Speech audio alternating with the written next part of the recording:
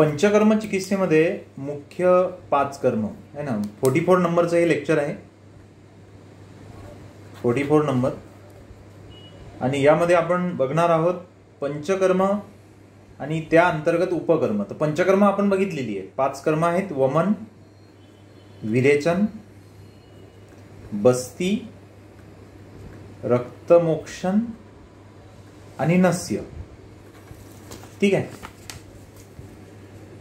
वमन, विरेचन, बस्ती, रक्तमोक्षण आणि नस्य असे हे 5 कर्म आहेत.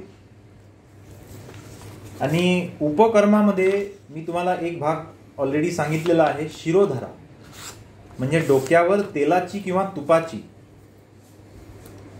शिरोधारा तेलाची किंवा तुपाची धारा करणे, त्याला म्हणायचंय शिरोधारा. याची इंडिकेशन्स पण मी तुम्हाला सांगितले होते. शिरोरोग किंवा मनोरोग मध्ये आहे ना. शिरोरोग म्हणजे मेंदू संबंधित विकार आणि जे मनोरोग आहेत यामध्ये शिरोधारा केली जाते.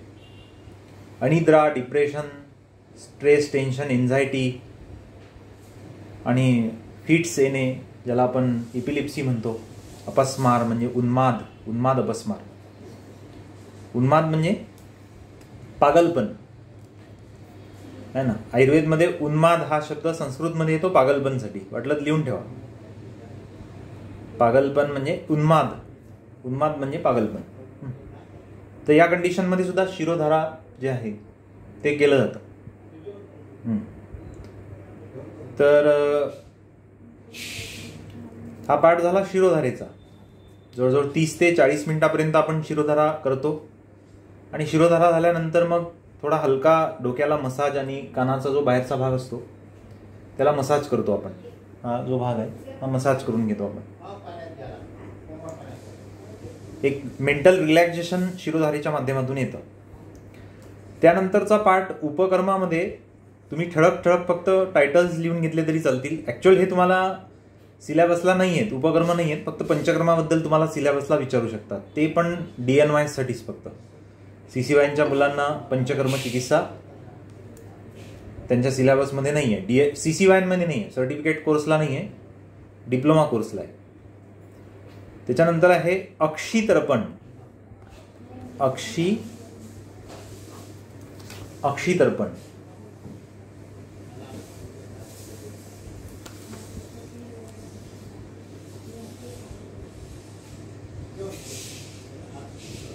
अक्षितर्पण म्हणजे काय, तर डोळ्याच्या अवतीभोवती अशी एक गोल उडदाच्या पिठाची किंवा गव्हाच्या पिठाची अशी पाळ तयार केली जाते. म्हणजे ज्याप्रमाणे आपण वरणासाठी असा एक भाताचा आळं तयार करतो, त्याप्रमाणे असं एक आळं तयार करायचं आणि त्याच्यामध्ये महात्रिफलाघृत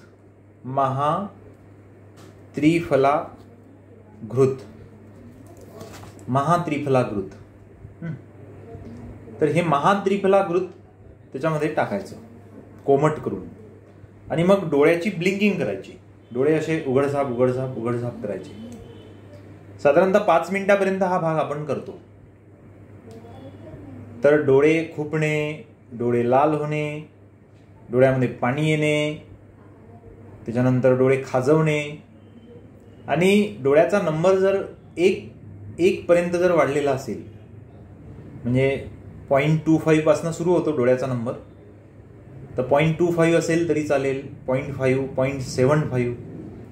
तर हे जे डोळ्याचे नंबर आहेत 10 पैकी एक 5-6 पेशंटचे निघू शकतात नेत्रदर्पणनी. तर असा हा अक्षितर्पण किंवा नेत्रदर्पण म्हणून एक उपकर्मामध्ये भाग येतो है ना. नेत्रदर्पण, अक्षिदर्पण, अक्षी म्हणजे नेत्र, तर नेत्रदर्पणलाच अक्षिदर्पण असं म्हटलं जातं. जसं आपण डोळ्यामध्ये ड्रॉप टाकतो तसं आयुर्वेदामध्ये परिषेक पण केला जातो. ड्रॉप टाकण्याला परिषेक म्हणतात, म्हणजे डोळ्यामध्ये ड्रॉप टाकणे, परिषेक. हा पण शब्द लिहून घ्या तुम्ही, परिषेक असं याप्रमाणे. तर परिषेक करून सुद्धा डोळ्याचं स्वास्थ्य जे आहे ते आपण चांगलं करू शकतो.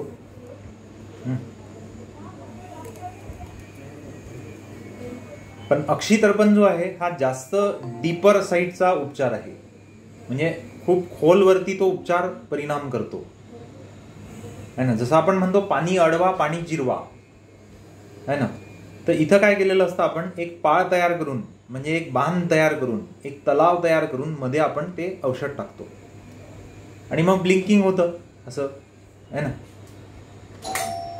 आणि त्या ब्लिंकिंगमुळे ते जे औषध आहे ते आतपर्यंत एंट्री करून टाकतं. मी जाऊ का? या इकडे आमने सामने बघाय. माझं मीटिंग चालू आहे, फक्त तुम्हाला सांगितलं तुम्ही जा.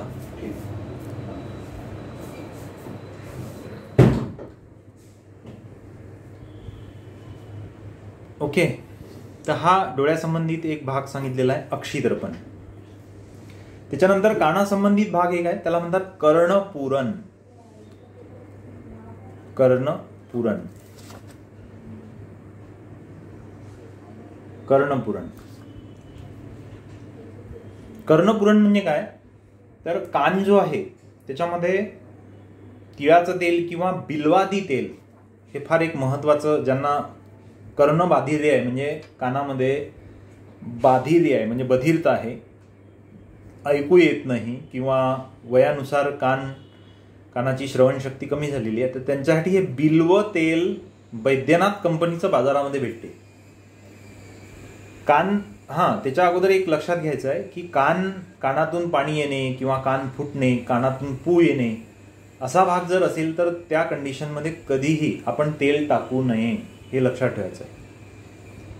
कान जर शाबूत आहे, फक्त कानाला ऐकू येत नाही एवढाच प्रॉब्लेम जर असेल तर त्या कंडिशनमध्ये बिल्व तेल एक 5 ml तेल कानामध्ये भरायचं आणि हे भरताना असं एकीकडे झोपून जायचं, म्हणजे या कानामध्ये, डाव्या कानामध्ये तुम्हाला तेल भरता येते. साधारणतः एक 5-10 मिनिटापर्यंत ते कोमट तेल तसंच ठेवायचं आणि मग 5-10 मिनिटानंतर रुई टाकून है ना, रुई म्हणजे कानामध्ये रुई टाकायचा, ते कानातलं तेल पूर्ण त्या याच्यामध्ये रुईमध्ये येऊन जाते आणि तो रुई मग वाटीमध्ये पिळायचा, म्हणजे त्या कानातलं तेल आपल्याला सगळं काढता येते. आणि थोडंसं जे तेल राहिलेलं आहे तर कानामध्ये रुई टाकायचा, चांगला कोरडा रुई, आणि नंतर मग असं ज्या कानामध्ये तेल टाकलं त्या कानाकडे झुकून जायचं, म्हणजे त्या कानातलं पूर्ण तेल त्या रुईमध्ये चाललं जातं आणि मग अंगावरती वगैरे तेल येत नाही. सेम दुसऱ्या कानामध्ये असंच करायचं. ऍक्च्युअल कर्णपुरण हा विधी जो आहे हा कमीत कमी 1 महिन्यातून एकदा तरी केला गेला पाहिजे. आणि खूप मोठं आश्चर्य आहे की आपण हे जे उपक्रम आहे हे करत नाही, आणि त्यामुळे मग काय होतं की वयवर्ष 40 किंवा 50 नंतर आपली जी इंद्रिय आहेत, पंच ज्ञानेंद्रिय, तर ती काम करणं कमी करून देतात आणि मग वयवर्ष 40 किंवा 50च्या जवळजवळ बऱ्यापैकी काम करणं कमी करतात. 60-70ला तर मग एकदम कमीच होऊन जातं सगळं. दिसणं जे आहे ते बरोबर नसतं, ऐकणं बरोबर नसतं, दातांनी चावणं बरोबर नसतं किंवा कानाने ऐकणं बरोबर नसतं. तर आपण जर महिन्यातून एकदा बिल्व तेल किंवा साधं तीळ तेल जरी कानामध्ये टाकून कर्णपुरण जर करून घेतलं तर त्याचा खूप सुंदर फायदा आपल्याला उत्तर आयुष्य म्हणजे काय, वृद्धपकाळ जो असतो वयवर्ष 40-42 नंतर हा सुरू होतो अकॉर्डिंग टू आयुर्वेदा.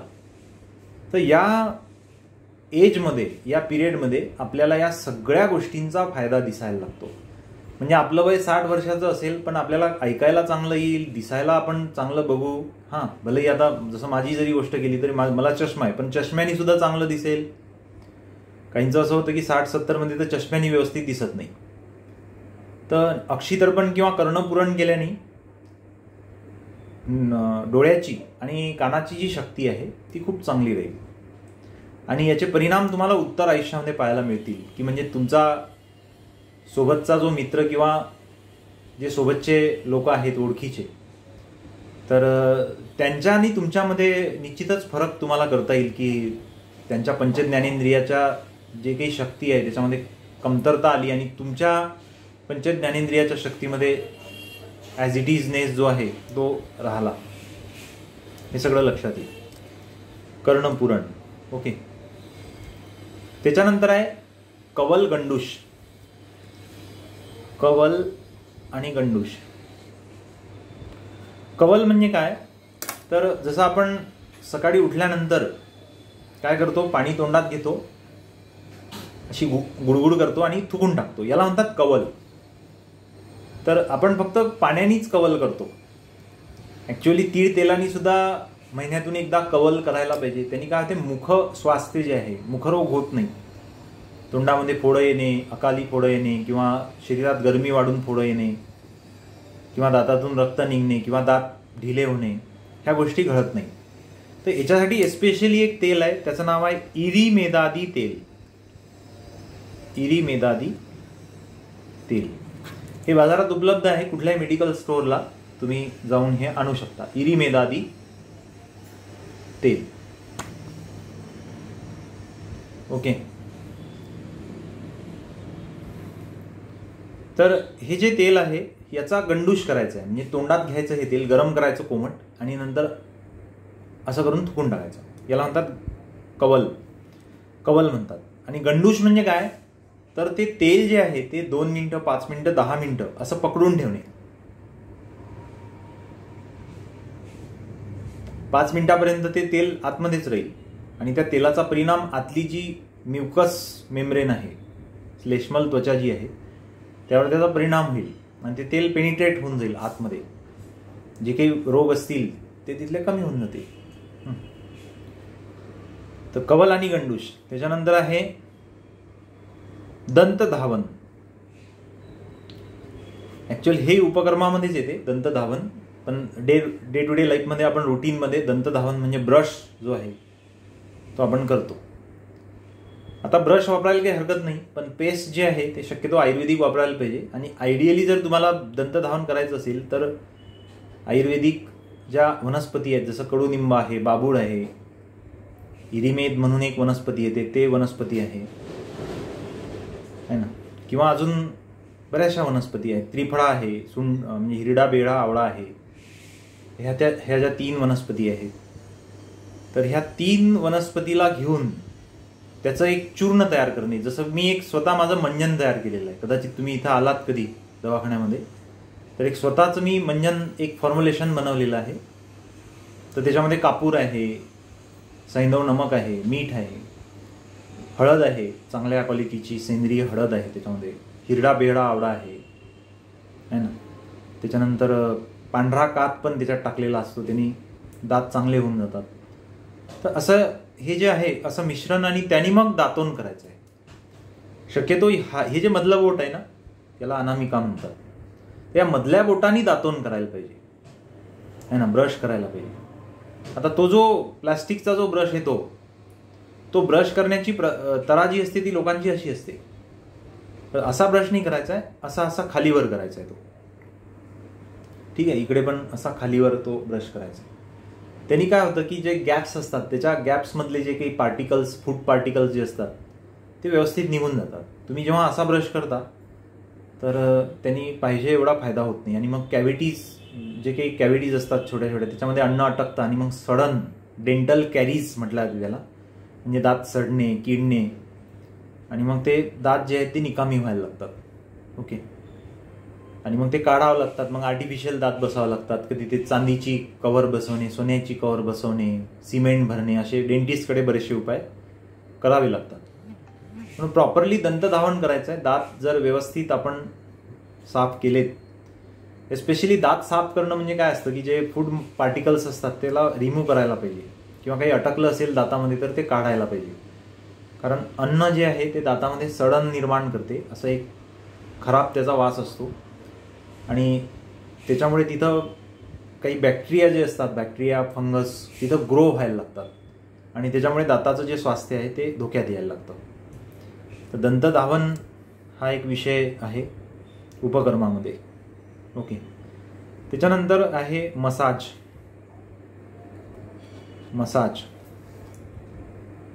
मसाज म्हणजे संपूर्ण शरीराला तेल लावणे. आता मी पंचकर्मामध्ये फक्त तुम्हाला स्नेहन हा भाग सांगितला. स्नेहन म्हणजे काय, तर अंगाला चोळून चोळून विशिष्ट दिशेने तेल लावणे म्हणजे स्नेहन, जो पंचकर्माच्या अगोदर केला तो भाग. पण मसाज म्हणजे हा स्पेशल पार्ट आहे. ही एक थेरपी आहे, मसाज थेरपी. की ज्या माध्यमातून बॉडी रिलॅक्सेशन, त्याच्यानंतर वात पित्त कफ हे जे त्रिदोष आहेत जे शरीरात कमी जास्त आहेत त्याचं संतुलन करवणे, ह्या सगळ्या गोष्टी ज्या आहेत ह्या सगळ्या गोष्टी या मसाजमध्ये याचा फायदा जो आहे तो होतो. मी तुम्हाला एक सूत्र पण सांगितलं होतं, अभ्यंगम आचरेत नित्यम सजराश्रम वाताह दृष्टी प्रसाद पुष्ट आयु स्वप्न सुवक्तृत्व दाढेकृत. याचा अर्थ असा आहे की अभ्यंग रोज करायला पाहिजे.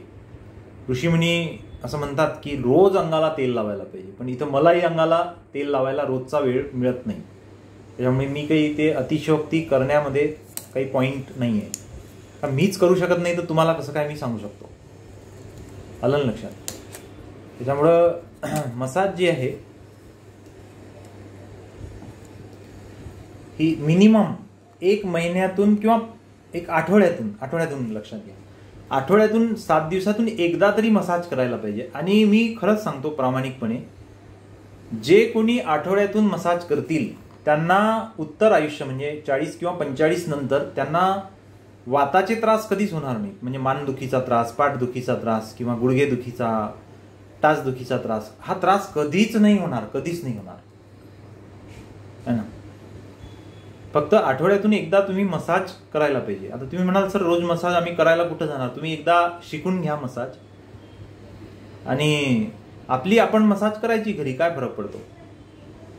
आणि कोणी जर म्हणजे तुमचं वय जर 40-45 आहे तर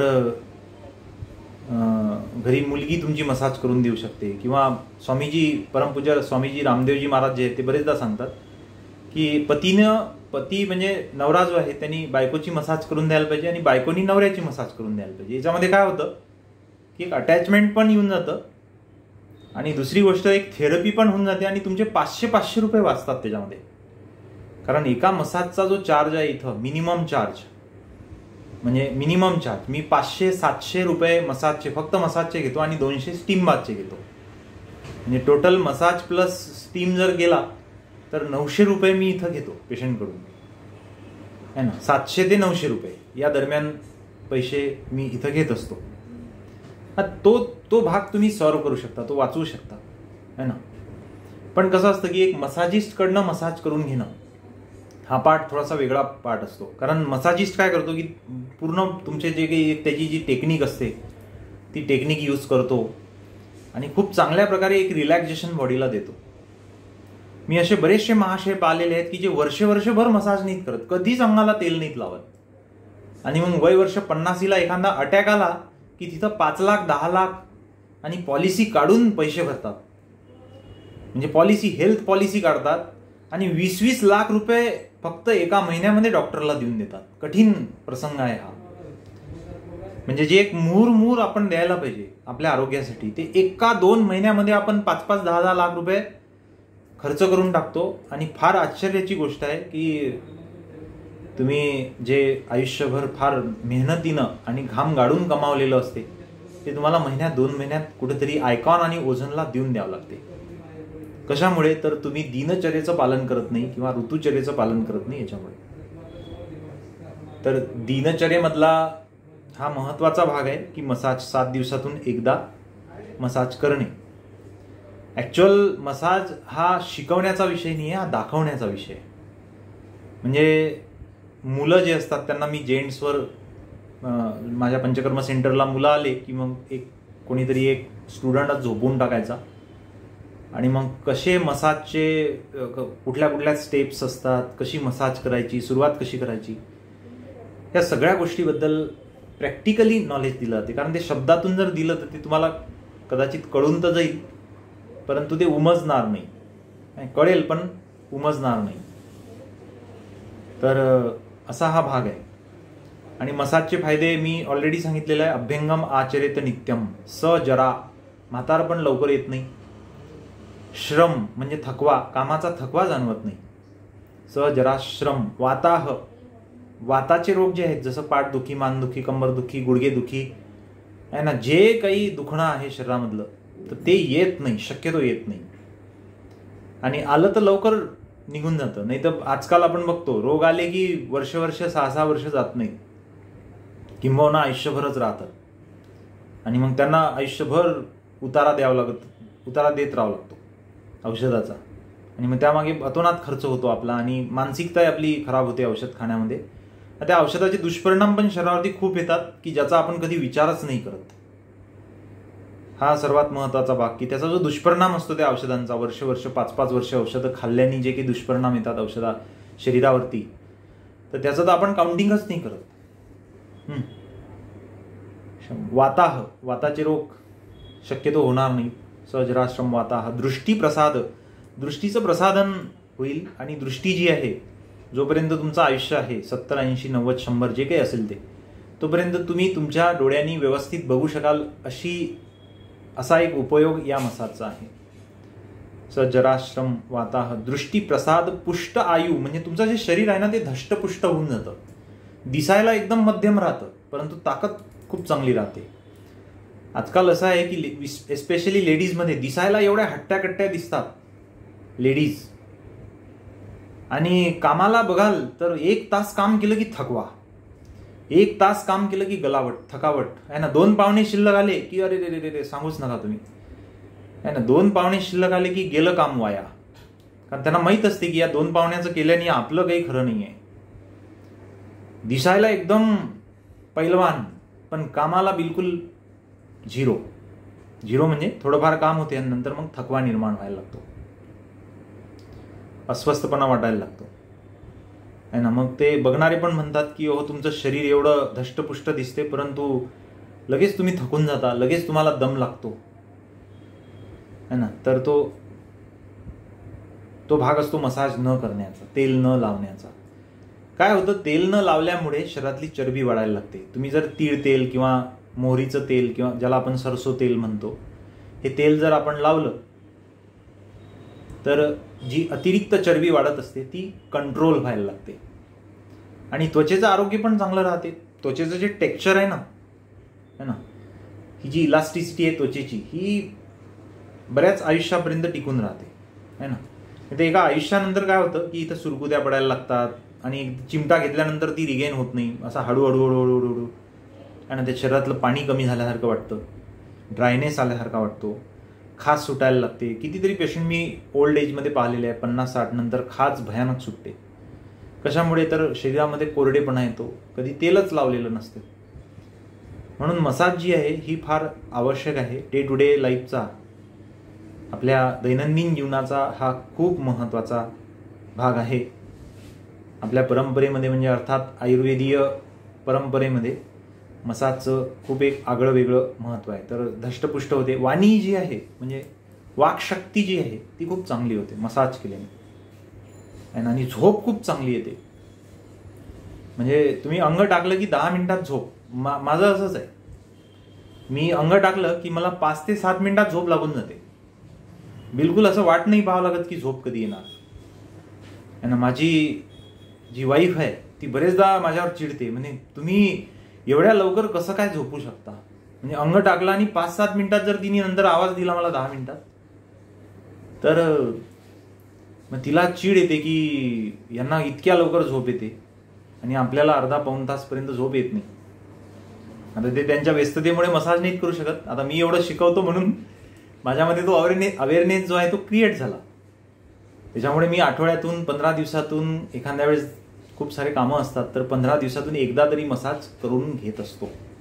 आता माझं सेंटर आहे त्याच्यामुळं, आणि मसाजिस्टला बोलवून आपण ते करून घेत असतो. तर आता इथं म्हणजे तुम्हालाही मी आमंत्रित करतो की एकदा निश्चित या.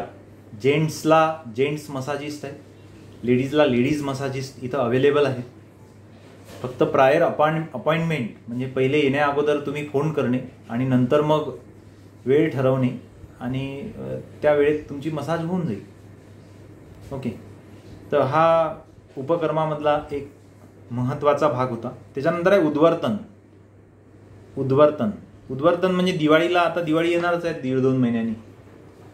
उद्वर्तन म्हणजे काय, उपटन म्हणजे उठणे लावणे. आणि आज फार आश्चर्याची गोष्ट आहे की मुलं, म्हणजे आजची जी पिढी आहे तर ती दिवाळीला पण उठणं नाही लावत, बाकी दिवसाला सोडून द्या. उद्वर्तन केल्यानं किंवा उपटन केल्यानं काय होतं की शरीरावरची अतिरिक्त चरबी कमी होते. हा सर्वात महत्वाचा भाग. ज्यांना वेट लॉस करायचं आहे ना, तर त्यांनी आयुर्वेदिक औषधाचं उपटन करायला पाहिजे, म्हणजे उद्वर्तन करायला पाहिजे. ते जे औषध आहेत ना ते असे कोरडेच त्वचेवर घासायला पाहिजे. त्यांनी काय होतं, अतिरिक्त घाम येणे किंवा घामाचा दुर्गंध ह्या गोष्टी कमी व्हायला लागतात. त्याच्यानंतर चरबी कमी व्हायला लागते, चरबी पण कमी होऊन जाते आणि त्वचेचं आरोग्य खूप चांगलं राहते या उद्वर्तननी. आता याच्यामध्ये आपण मसूरचं पीठ, हरभऱ्याच्या डाळीचं पीठ, त्याच्यानंतर सुगंधी कचोरा, नागरमोथा, असे बरेचसे, जटामांसी, असे बरेच आयुर्वेदिक औषधं टाकून त्याला सुगंधित बनवण्याचा प्रयत्न करतो. अनंतमूळ फार सुगंधित औषध आहे. ते त्या उपटनमध्ये टाकलं ना की अंगाचा पण फार मस्त सुगंध यायला लागतो. तर पहिले मसाज करायची आणि नंतर मग उद्वर्तन करायचं, म्हणजे उठणं लावायचं. तर दिवाळीला बघा, अभ्यंग आणि उद्वर्तन हे दोन्ही भाग आपण आपल्या संस्कृतीमध्ये अनेक वर्षापासून बघत असतो. दिवाळी म्हणजे काय, तर दिवाळी म्हणजे दीपावली. दीपावली म्हणजे काय, तर प्रकाश पर्व. हिंदीमध्ये काय म्हणतो आपण याला, प्रकाश पर्व. प्रकाश म्हणजे काय, तर एक है ना, एक ज्ञान, म्हणजे प्रकाश म्हणजे आरोग्याचाही प्रकाश पसरला पाहिजे, ज्ञानाचाही प्रकाश पसरला पाहिजे. तर असं हे प्रकाश पर्व असतं की ज्या दिवाळीच्या दिवसामध्ये आरोग्याला महत्त्वपूर्ण गोष्टी आपण केल्या पाहिजे. या उलट आपलं होते, आरोग्याला घातक अशी चकली, करंजा, अनारसे आणि काय काय चिवडा आणि अरे बापरे, आता आजकाल तर स्टॉल लागतात आणि 50 ते 100 पदार्थ असतात. ठीक आहे, मैद्याचे किती सारे पदार्थ त्याच्यामध्ये असतात आणि अधिकतम 90% हे सगळं तळलेलं असते. नेमका शरद ऋतू निघून गेलेला असतो आणि नंतर आपण तळलेलं खातो, तर फार भयानक असते हे सगळं, है ना. थोडंसं प्रसाद स्वरूप खाल्लं, एखाद्या वेळेस खाल्लं तर हरकत नाही, परंतु काही काही घरांमध्ये 5-5, 10-10 किलो फराळी चिवडा, चकल्या ह्या सगळं बनवून ठेवलं जातं त्या दिवसामध्ये. पाहिजे ते केलं जात नाही आणि नको ते केलं जातं. म्हणून आयकॉन आणि ओझोन सारखे हॉस्पिटल मोठे होत चालले आणि आपलं पारंपरिक जे जीवन आहे ते समाप्त होत चाललं. आयुर्वेद, त्यातल्या त्यात आयुर्वेद, आता बरेचसे चांगले दिवस आयुर्वेदला आलेले आहेत, पण आयुर्वेदामध्ये फक्त औषधालाच दिवस आहेत. हा जो बाकीचा पार्ट जो आहे ना, पंचकर्म आहे, षटकर्म आहे किंवा उपकर्म आहे, हा भाग कोणी लक्षातच घेत नाही. आणि त्यामुळे आरोग्याची जी प्रत असायला पाहिजे, म्हणजे आरोग्याची जी क्वालिटी असायला पाहिजे, एक स्टेप बाय स्टेप, वय वर्ष 25 मध्ये, वय वर्ष 40 मध्ये, वय वर्ष 60 मध्ये, जी काही एक क्वालिटी असायला पाहिजे हेल्थला, ती क्वालिटीच नाही आहे. पैसा आहे, वस्तू आहे, घर चांगलं आहे, करोडो रुपयाचं घर आहे, पण ज्या घरात, जे घर आपलं स्वतःचं आहे, म्हणजे हे शरीर आपलं आहे, तर हेच मूळ घर हे आपलं आहे. ज्याच्यामध्ये आपण राहतो ना, ते हे शरीर आहे आणि यालाच घर म्हटलेलं आहे. तर त्या घराला करोडो रुपये लावले तुम्ही, आणि त्याचं नक्षीकाम केलं आणि काय काय नाही केलं, त्याच्यासाठी लोन काढलं, लाखो रुपये लोन काढलं, पण या शरीरासाठी काहीच नाही. त्याच्यामुळं शिक्षा तर तुम्हाला मिळणारच आहे. जे करतील ते आयकॉन ओझोनपासून वाचतील, आणि जे हे आता सांगितलेलं करणार नाही ते तिकडे आयकॉन ओझोनमध्ये जातील. पैसा तो पैसा चालला जाईल, समाधान कवडीच येणार नाही. त्यामुळे नाही केलं तर सुटणार नाहीये. तुम्ही नाही केलं तर तुम्हाला तर आहे ना, ही जी प्रकृती आहे ही मागे पुढे कुठं ना कुठं तर पकडून घेईलच आणि रोग करेल, आणि तो रोग तुम्हाला त्या आयकॉन ओझोन हॉस्पिटलपर्यंत नेईल, आणि दिवसाला तिथं 10 ते 15 हजार रुपये खर्च येतो. हा कमीत कमी खर्च सांगितला मी. थोडंसं जर जास्त ट्रीटमेंट करतो म्हटलं, दिवसाला 20 ते 25 हजार रुपये खर्च असतो तिथला आयकॉन ओझोनचा, जे की आपण महिन्याला मसाजवरती 1000 रुपये पण खर्च करायला भीतो, तिथं एका दिवसात आपण 20,000 द्यायला भीत नाही. फार मोठी आश्चर्याची गोष्ट आहे. आणि उपचार काय होते, काहीच होत नाही. फक्त तुम्हाला ते सगळं हॉस्पिटल, हे ते बेड टापटीप AC लागलेला आहे ना, सगळं विष तुमच्या रक्तामध्ये टोचलं जातं तिथं, आणि त्या विषाचे तुम्ही पैसे देता आणि अमृतमय उपचाराचे पैसे द्यायला मागे पुढे करता. असा हा विषय, फार शोकांतिक आहे या गोष्टीची. असो, कारण हे मी यासाठी थोडंसं वेदनापूर्वक बोलतो, कारण मी गेली 16 वर्ष प्रोफेशनमध्ये आहे आणि मी अनेक लोकांना घसा सुकेपर्यंत सांगतो की अरे करा, पण तरी लोक करत नाही, है ना. लोकांचं जाऊ दे, विद्यार्थी करत नाही. विद्यार्थी फक्त येतात, ऐकतात, लेक्चर अटेंड करतात. प्रॅक्टिकलसाठी सगळे विद्यार्थी कधीच येत नाहीत पाहायला. बस ते फक्त एक सर्टिफिकेट घेतात, पोथीपुरांसारखं ते बांधून ठेवतात घरी, आहे ना, पुंगडी करून, आणि झालं गेलं. ते 12-12,500 रुपये एका वर्षाचे भरले, 2 वर्षाचे 25,000 भरले, आहे ना. त्याचा फायदा स्वतःसाठी करत नाहीत, घरच्यांसाठी करत नाहीत. आणि घरचे बिचारे आस लावून बघतात त्यांच्याकडे की हे डॉक्टर झाले, आता काही ना काही आपल्यासाठी करतील, पण ते स्वतःसाठी काहीच करत नाही. अशी परिस्थिती मी विद्यार्थ्यांचीच पाहिलेली आहे. विद्यार्थ्यांची मी दुर्दशा पाहिलेली आहे ना. 2005 पासून दर वर्षाला माझे 200 ते 300 विद्यार्थी असतात, आणि मी त्यांच्यामध्ये हे पाहतो. एवढा अवेअरनेस क्रिएट केल्यानंतर सुद्धा कधीही ते हे विचारत नाहीत की सर आम्हाला स्टीम बाथ घ्यायचा आहे, माझ्याचकडे घ्या, असं माझं म्हणणं नाही आहे ना. जसं शिवानी इथं एक स्टुडंट आहे आपली, तर तिचे काका दिग्रसला प्रॅक्टिस करतात, आहे ना. पण मला आहे ना शिवानीला विचारायचं, शिवानी तू कधी मसाज किंवा स्टीम बाथ केलं का आजपर्यंत? हो सर. चला, व्हेरी गुड. तिच्यासाठी मी टाळी वाजवतो. ठीक आहे, कारण काय आहे की दिव्याखाली अंधार अशातली परिस्थिती झालेली आहे. ओके, आता तुमच्या घरात आता बाकीचे जे आहेत त्यांच्याकडे आपण बघू ना, कोण कोण किती किती करते. म्हणजे हे सगळं शिकल्यानंतर ते स्वतः तरी करतात की नाही, है ना, हे बघायला मिळेल. आणि माझ्याचकडे करा असं नाहीये. तुम्ही ज्या गावाला राहता, वर्ध्याला राहत असाल तर वर्ध्याला पंचकर्म सेंटर असेल तर तिथं तुम्ही मनीषा थुटे म्हणून आपले हे स्टुडंट आहेत. हे स्वतः एक छान मसाजिस्ट आहेत. यांच्याकडनं जर तुम्ही अकोटला जर राहत असाल ना तर यांच्याकडनं तुम्ही मसाज घ्या. हे खूप सुंदर मसाज करतात. लेडी मसाजिस्ट आहेत ह्या, मनीषा थुटे. ही आपल्या या वर्षाचे हे स्टुडंट आहेत DNYSचे, आणि खूप बऱ्याच 2-4 वर्षापासून हे मसाजिस्ट म्हणून काम करतात. अकोटला हे यांचं प्रॉपर आहे ना. 7 वर्ष झाले. व्हेरी गुड, 7 वर्ष झाले. तुमचा थोडासा परिचय द्या. अजून परिचय, नाव सांगा आणि सांगा काय काय कसं मसाज कसं. मनीषा थुटे. बोला बोला. हा सर, मसाज मध्ये स्टार्टिंग म्हणजे पायापासून पॉइंट्स असतात. एक्युप्रेशरचे पॉइंट्स व्यवस्थित दाबले जातात, चांगले व्यवस्थित, आणि बोट ओढायचे. त्याच्यानंतर पॉइंट्स वगैरे दाबल्यानंतर पहिले घुटण्याची मसाज करायची. बरं, मला तुमचे म्हणजे 1-2 पेशंटचे अनुभव सांगा की एका पेशंटनी तुमचं दुखत होतं, गुडघा दुखत होता, तुम्ही मसाज केली आणि आता त्यांना छान रिझल्ट आहेत, औषध नाही खाल्लं, काही नाही, काहीच नाही. असे 1-2 अनुभव शेअर करा. हा सर, पॅरालिसचे आहे 2-3 जण, त्यांचा रिझल्ट पण चांगला आहे. आणि बरेच आहे इथे वाताचे ज्यांना त्रास आहे ते पण व्यवस्थित झालेले त्यांचे. बरेचसे पेशंट आहे माझ्याकडे सर, सांगू नाही शकत इतके पेशंट आहे माझ्याजवळ. ते बरेच होतात नेहमी, म्हणजे माझ्याजवळ करत राहतात. हा नाही, एक वेलनेस म्हणून करतात, पण इलनेस म्हणजे गुडघे दुखीचा पेशंट होता आणि आपण त्याला छान मसाज, किंवा कंबर दुखीचा पेशंट होता आणि फक्त मसाजनी तो बरा झाला, असं काही अनुभव आहेत का? हो हो हो, आहे ना सर. बरेच पेशंट आहेत त्याच्यामध्ये, कंबर दुखीचे आणि घुटण्या दुखीचे आहेत पेशंट. एक डेमला म्हणून आहे इकडे अकोटला, त्याच्यानंतर चांडक आहे, त्यांना वातांचा त्रास होतो. आणि आता सध्या नवीन एक जुडलेले आहेत, त्यांचं आहे. बरं, आता मला एक सांगा की कोरोनाचा पिरियड जर सोडला तर तुमचं माहीवारी उत्पन्न किती होतं मसाजच्या भरोशावर? कोरोनाचा पिरियड जाऊ द्या, त्याच्या अगोदर. सर भरपूर होतं सर, कोरोनामध्ये पण भरपूर झाले माझे. हा नाही, पण कोरोनामध्ये कसं आहे, लोक टच करायसाठी टच करू देत नाहीत, भितात ना लोक. तर अगोदर महिन्याला कमीत कमी किती पैसे तुम्ही मसाजच्या भरोशावर कमवत होते? सर असं 7,000, 8,000, 10,000 म्हणजे पेशंट पाहून. हो ना, म्हणजे इन अँड ॲव्हरेज तुम्ही मसाजच्या भरोशावर 10,000 रुपये उत्पन्न घेत होते. बरोबर आहे. ऐकून घ्या विद्यार्थ्यांनो, मी हे याच्यासाठी तुम्हाला लाईव्ह अनुभव तुम्हाला याच्यासाठी ऐकवतोय की